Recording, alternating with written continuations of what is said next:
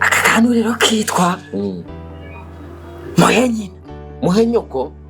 Muhe nyina. Muhe nyina.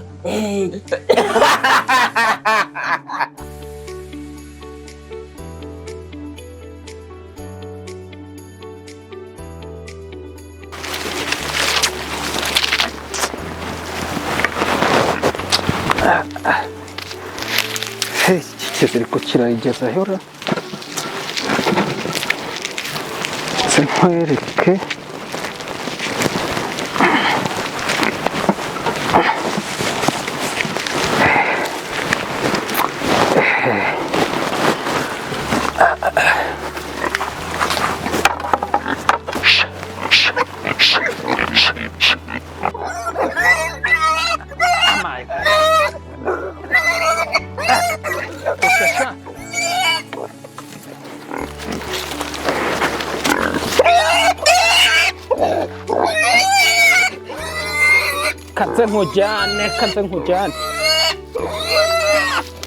kanze nkujyane genda se genda cyahano kujyana ndakujyanye wa ngurube we bundi Cyaka warazi ko azampereza amafaranga ndayijyanye nitwa Boringo. Boringo ni sawa nkomere cyane mwese ko ingurube ndi kona ari umuhungu wanjye Cyaka uri kuyijyana ntabyo wamenye se oya ntabyo negezemo ubu rero ingurube ndayijyanye umuhungu wawe namugurije amafaranga ya Akadege karayatwara ubu niyo mpamvu narinje kuyitwara ntabwo bishoboka ingurube y'umuhungu wanjye ntabwo wayijyana oya ntabwo bishoboka ingurube y'umuhungu wanjye Cyaka ntabwo nakwemera ko injyanira ingurube rwose uzi ukuntu yamugoye ingurube ntabwo wayijyana ntabwo bishoboka oya ingurube rwose ntabwo bishoboka ntabwo mbyemera rwose oya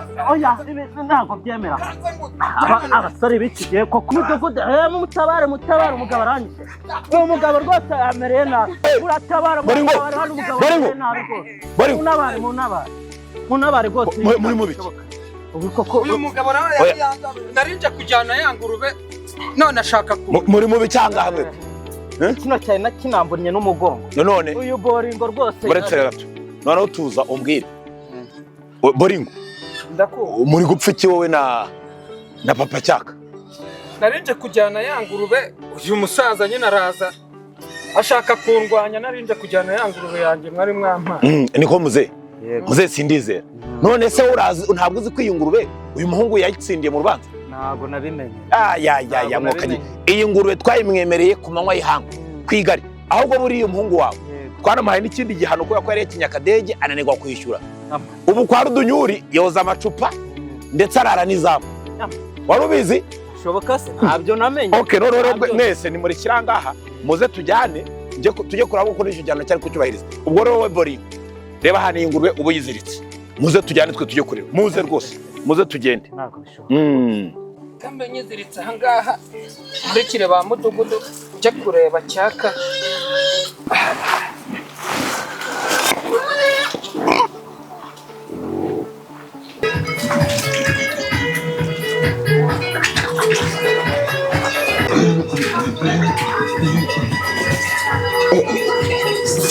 icupa rifite umwanda aha nta suku bagira rwose ibi bintu igihe nogereje ntabwo nazabivamo pe reka mbe ninywera akantu kanjye ahubwo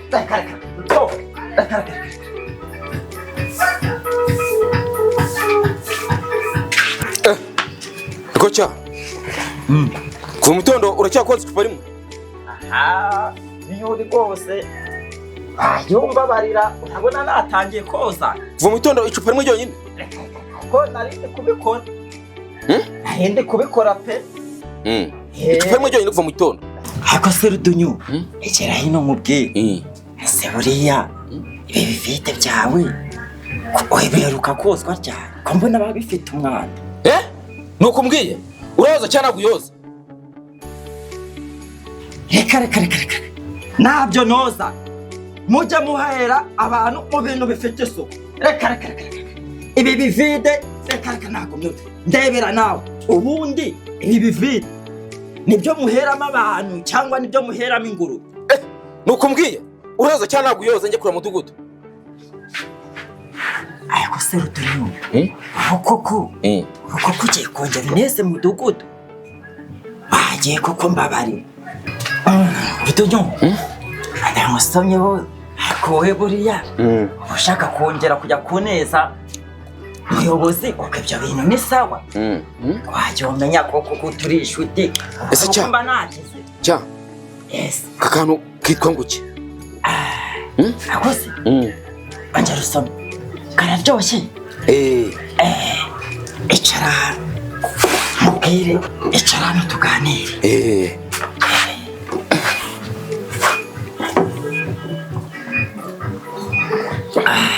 kano soma wakumvishe nakumvishe kakantu ni sawa nase ubu ngubu cya kakantu kenze muki aka kantu rero nakarazwe n'abasogokuruza bacu banje rusomesha ese cya kakantu kitwa nguki igera hino n'ubungorere aka kantu rero kitwa Muhe nyina Muhe nyoko Muhe nyina Muhe nyina Muhe nyina sha ndabona kwa Rudunyuri tugezeyo emuze ndabona bose bamaze ku yamankada Vuga se aho so abantu bazima ndikono yo wagira ngo ni Cyaka se umuhungu wanjye bimeze bite aho wumve nimba ari muzima yamankada aze ko ahubwo se ko bari gutekera yamankada se kosha mira byakomeye mudutabara yamankada umba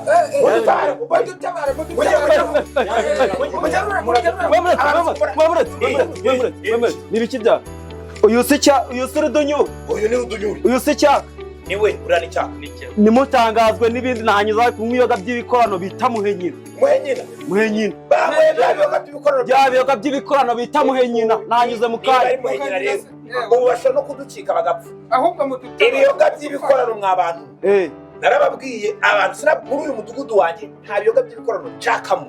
muri uko byumva dore abandabo ntabwo tuzi niba bari bukire bose uriya Rudunyuri n'uriya Cyaka niba ari Muhe nyina mujye kwa bose ducika mutaratuye muterura tumuhe cyane kwa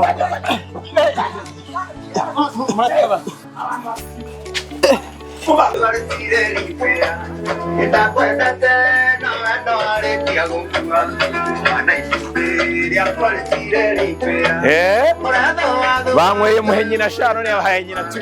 karindi nakazi ki